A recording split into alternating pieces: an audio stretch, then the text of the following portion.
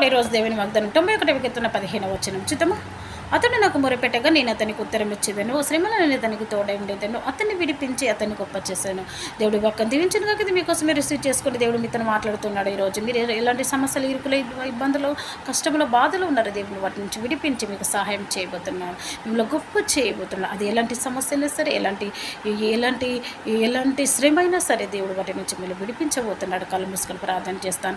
దేవుడు ఆడని కొందనాలు తండ్రి. నాయన ఎంతోమంది బిడ్డలు ప్రభా శ్రమ పడుతున్నారు నాయన, మొరపెడుతున్నారు అయ్యా నీకు.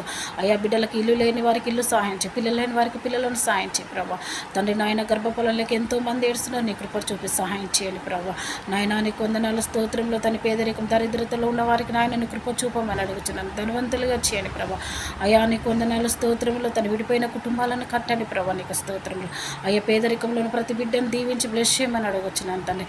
అయ్యా పిల్లల పెళ్లి చేయలేక, ఫీజులు కట్టలేక ఏడుస్తున్న వారి కోసం కూడా